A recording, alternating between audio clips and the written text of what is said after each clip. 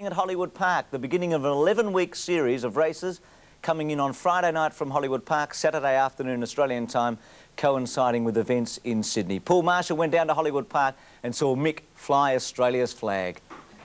This is her first 6 furlong work. I mean, she's not a good workhorse. You can ask her a little bit maybe after she switches leads in the stretch, you know, just to chirp to her. His first time on an American track, and Mick Dittman had come to see an old friend, Australian champion Let's Elope. Now being trained in Los Angeles by Ron McAnally, Let's Elope is expected to have her first race next month. She looks good to me. It was gentlemen's hours for this morning workout, well after 8 by the time Mick was in the saddle, and then just once around the track. It was a good chance to see how Let's Elope was doing, and to get a good look at the track where Dittman would be taking on the Americans later in the night. She's a lazy worker. She doesn't overtax herself in her work, but she felt nice, strong, felt good, you know. How are you feeling about tonight? Excited, reasonably confident. Pull the double off, it'd be nice, wouldn't it? Small program. Thank you. They call Hollywood Park the track of lakes and flowers. It was started in the 30s by some of the biggest names in Hollywood, including Bing Crosby and Walt Disney. But gone are the crowds of 50 and 60,000 that used to come. So many other tracks now, television, so many distractions. What's the movie? Top Gun. How is it? Good? Oh, it's all right. Dittman had rides in 2 races and some famous colours to make him stand out. Well, they were made for Strawberry Road when he went to, when he came here to America to run the Breeders' Cup. At 40, Dittman has been riding longer than some of the American jockeys have been alive. He was calm and serious. They were young and hyperactive.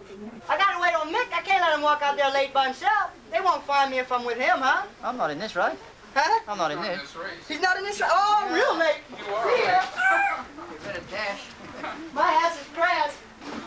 All the racing papers had been talking about Dittman the Enforcer coming to America. And in the stands, they'd heard about him. There's a young man from Australia by the name of Mickey Dittman. Have you heard much about him? Not very much, but I understand that he's a pretty good rider. Mick, is it going to be a bit different out there tonight? Oh, I doubt it. I doubt it. It's like any other race, I think. Good luck. Thank you. His first ride was in the 6th, a horse called Weyburn, 6-1 in the betting. And Australian champion Mick Dittman to bring Weyburn up last to low. Weyburn goes in, the flag is up. Oh, where to go. Weyburn had not run well last time out, and a place here would have been impressive, but coming 2nd or 3rd wasn't what Mick had in mind. Weyburn on the outside, gonna touch him. Here's the wire, and Mick Dittman has won it on Weyburn, 2nd. From the furlong home, 200 metres out, I was always quite happy I was going to get him. Just a matter of anything was coming from behind me, but I always had the inside horse beat. I thought, you know, I was under pressure, but I always thought I had him beat. We found Weyburn's trainer up in the bar, a happy man. Good riders are good everywhere, and he is a good rider. At Hollywood Park, you can get a drink, a manicure, or a shoe shine, and they all seem so much better if you've just had a win. Yeah, well, I had a customer there say he ran a darn good race. He hit that horse every race down, every whip down the stretch. Everybody's betting him, so I might as well take a chance with him, you know. So I bet him. I paid $81, but it was a $2 investment. All along, Dittman's best chance was thought to be in the 8th, Polar Boy, a horse owned by Hollywood Park chairman R.D. Hubbard. Let's do 2. That's what we want. All set. And oh, where to go. But this race ended sadly.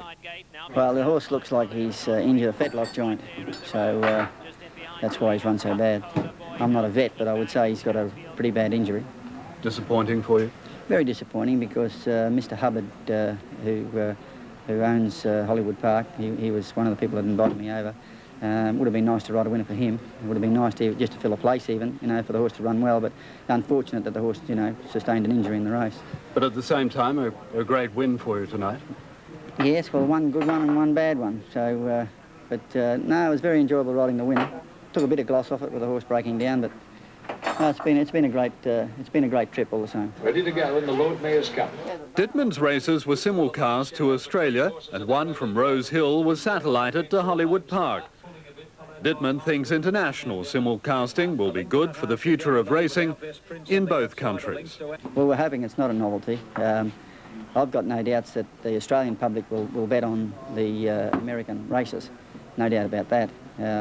We're hoping that the American public will bet on the Australian races. They're very colourful, they're very exciting, and we've got very good racing.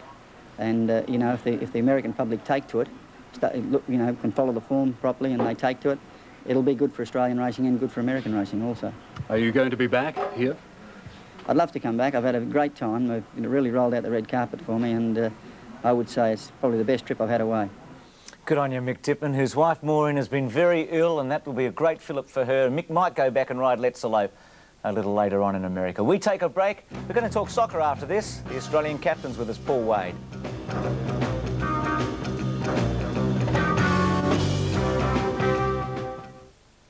From the Aussie director. Welcome back to Sportsworld Racing Time. Keith Hillier's with us, and we're going to go right around Australia to Wayne Wilson in Brisbane and Ron Paps in Adelaide. But firstly to my old mate Keithy, how are you?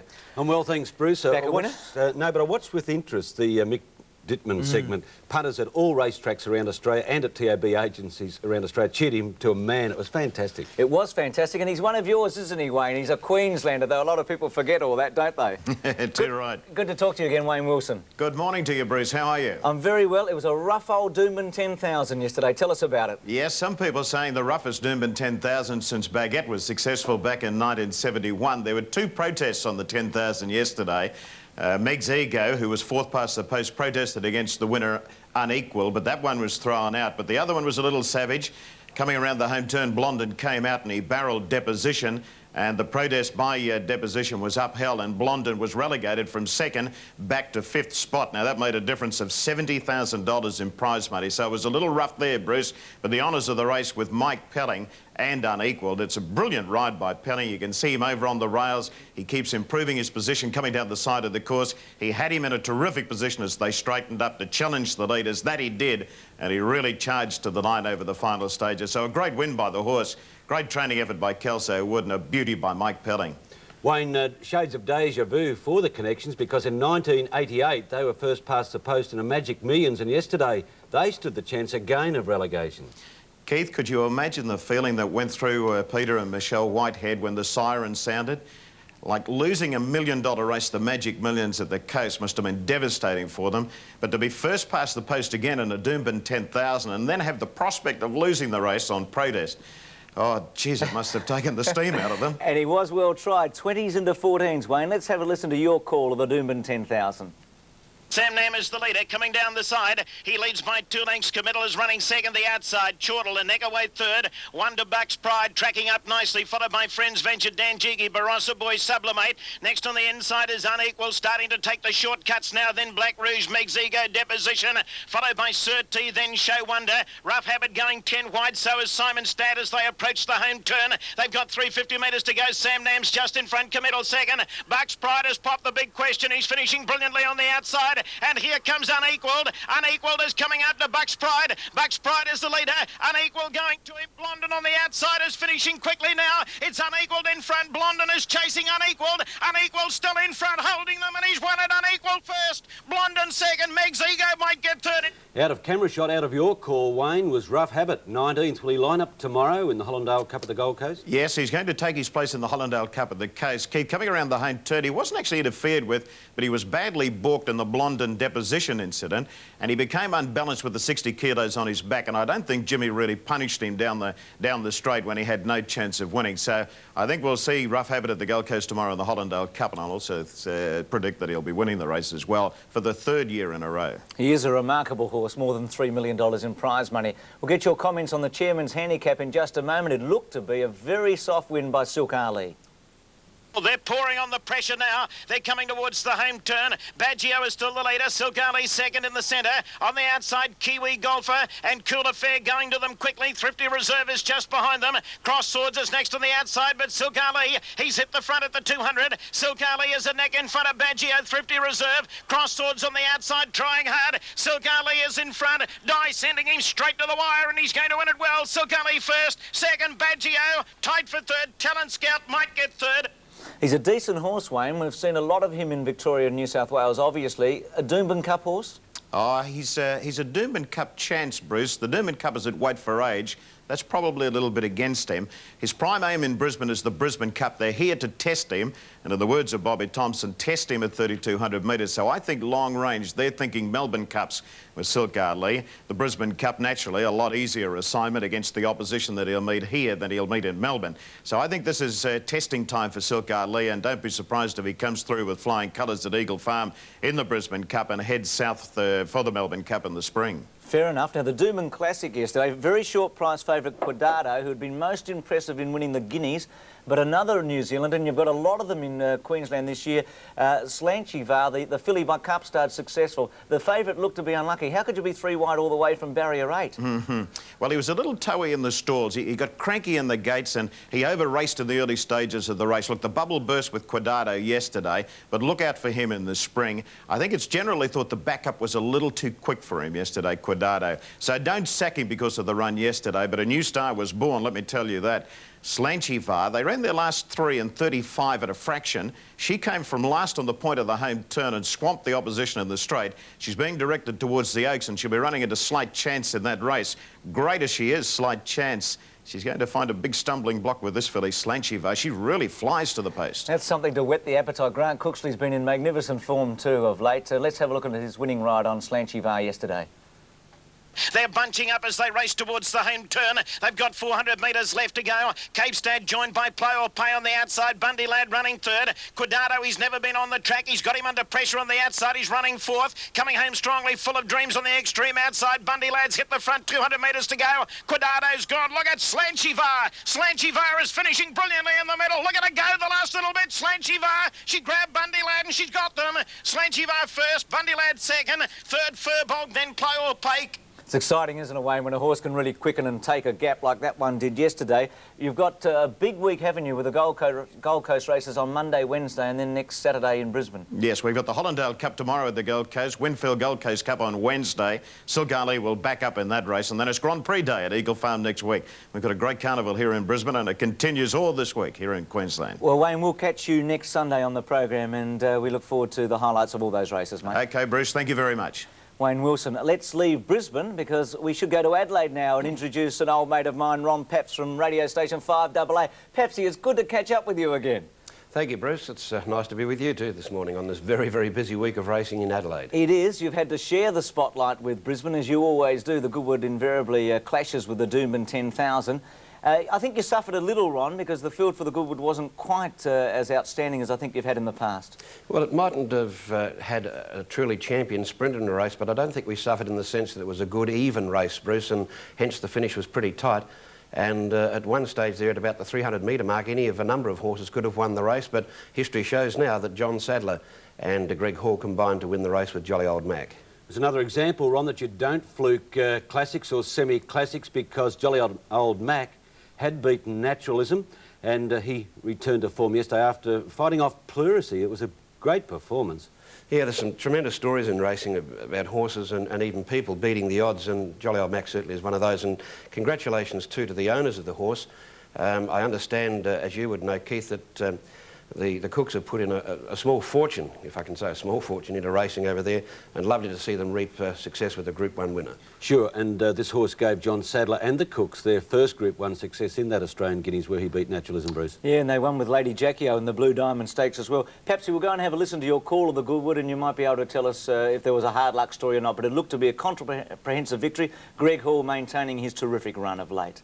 In Sydney, over on the outside, Unspoken Word, very deep up there with them, but doing it hard. Ricaria, Colebrook's got wide and running on from Pay the Kings and Scornsome driving up behind them. So too Superior Arch in the Bahamas. Let's Hurry got carted off the track, as did Not Related, and further back behind them then came Ali Shan, but it's Primacy at the 200, and Lucky Dapper. Pay the Kings got up on the rail. Colebrook, and now Jolly Old Mac is starting to fly. Primacy grabbed by Colebrook. Jolly Old Mac down the outside's the Swamper. Jolly Old Mac put the nose in front, and Jolly Old Mac has won the Goodwood. Second, Colebrook. Third, Pay the Kings.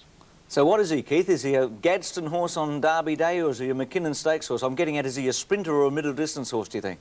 I think middle distance. I think that, I don't know, I think 1,600 metres is about his limit. Ron, a plonk yesterday on the top 8 Primacy, 4s to 5 to 2. That's a decent betting plunge. He was there until the 100 metres. Well, he looked the winner at one stage, but as I say, he and any number of others looked the winner over those last 300 metres. But you can't take anything away from the winner, Jolly Old Mac, but I think we've got to keep in mind too the fact that he's essentially a horse that needs to be on top of the ground, and he got those conditions yesterday. We saw them run a 2-year-old class record in the first, the race won by Fighter Bay, and conditions were made to order for him. I just worry about him a little bit when he gets in rain-affected ground. I think the unlucky runner of the race was definitely Let's Hurry, the mare from Sydney. You saw her come in the dark colours around the home turn. She was probably 10 or 12 wide. Had she got a run closer to the rail, or nearer the fence, I think she may have reversed the issue. But she's certainly very close to her peak form, and for those good people in Sydney and Brisbane, I think you'd do well to follow her. Ron, will Primacy run again in the Angus Brute tomorrow? In the Angus Brute, well, he's still there, and he's still got A.G. Clark as the rider. There's no doubtful alongside of him, so I'll be heading up to Lindsay Park a little bit later on this morning for a function there with Colin and Betty Hayes. Hopefully I can find out for you, but it'll be a bit too late by then, Bruce. OK, mate, we'll see with interest in the morning. Our Tristolite, how good is she, this Mark Cummings filly, who's won both the Oaks now in Adelaide over the last couple of weeks? Oh, she's the most exciting filly I've seen here in Adelaide for goodness knows how long. She just grabs you by the heart and wants to make you run with her. She just cruised up to them on the home turn yesterday as though the others were nailed to the deck. She's just so exciting, and he's a genius, Bart Cummings. You know, he comes back from all the adversity in the world. He might have his little financial hiccup, one thing and another, that would normally put most of us behind the biggest hurdle in the world, but he just jumps any fence that's put in front of him. Bart, he just keeps coming up with good horses. He had a great day yesterday, as we know. He won the Sires with Trivia Lass. And this filly, our Tristolite, she could be absolutely anything in the spring. Let's have a look at her win, Ron, because she was most impressive in winning the Oaks. Our Tristolite's making a run, and back behind them, held up along the inside, Pompey Lady. Precious Poppy to the extreme outside, Lady Honora. As they turn, and True Pearl in the straight, our Tristolite, the grey, has cruised up on the outside. She slipped into another cog and dropped them. She's got away, our Tristolite of the 200, 2, 3 in front. Looking at the minors, that's where the interest lies. Coming hard down the outside, True Pearl, still there, Kingston Spirit and Prime again, but this is as soft as winners you'd see in any Group 1 race. He's merely flicked that whip at her, and our Tristolite wins by 3. Second, Prime again. Third placing, 2, Kingston Spirit. Well, it was 26 years between successes in the South Australian Oaks for Bart Cummings, and I think that filly should be a mare next season, might win the Caulfield Cup. Ron, more immediately, tomorrow's Adelaide Cup. What do you fancy? Well, I think, Keith, the Cup will head your way. I think Colin Alderson will take the Cup home for his connections with Big Baron. He ran second in the race last year to Sub-Zero, who went on to win the Melbourne Cup. Now, we'll have to wait and see tomorrow whether the 3-year-olds, such as our Pompey, the Derby winner, Check That Style, etc., are as good as Sub-Zero. I think he's a more seasoned horse. He needed the run the other day here. He blew up after that race, and I think you'll find that Big Baron will be very, very hard to beat. Good on you, Pepsi. Thanks for that tip, and we'll talk to you next Sunday. Look forward to it, Bruce. Have a good call, Ron, tomorrow in the Adelaide Cup. Thanks a lot. And the Preakness this morning was won by Prairie Bayou, who'd run second in the Kentucky Derby. That's just come through. So, Keith, there's lots to keep us busy this week, and we'll catch you next week. I'll be at the Gold Coast on Wednesday for the Cup there, and I'll see you next Sunday, Bruce. Good on you, Keith. Hope you're back a winner during the week. We take a break. David Hooks joins us after this.